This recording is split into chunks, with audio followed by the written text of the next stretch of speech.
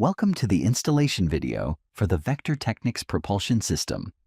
In this video, we will guide you through the step-by-step installation of the 8015 SL motor. Secure the 8015 SL motor and place the motor mount and align the PCD.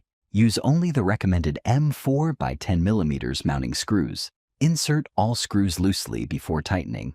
Ensure the mount is seated properly, and in a crisscross pattern, fasten the screws to the final torque of 2.2 Nm. Ensure all mounting hardware is correctly installed before proceeding. Using a leveling gauge, verify that the motor is perfectly horizontal. Install the rotation locking screw to prevent movement and maintain motor alignment during operation.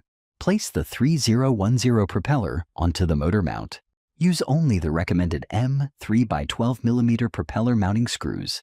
Insert all screws loosely before tightening.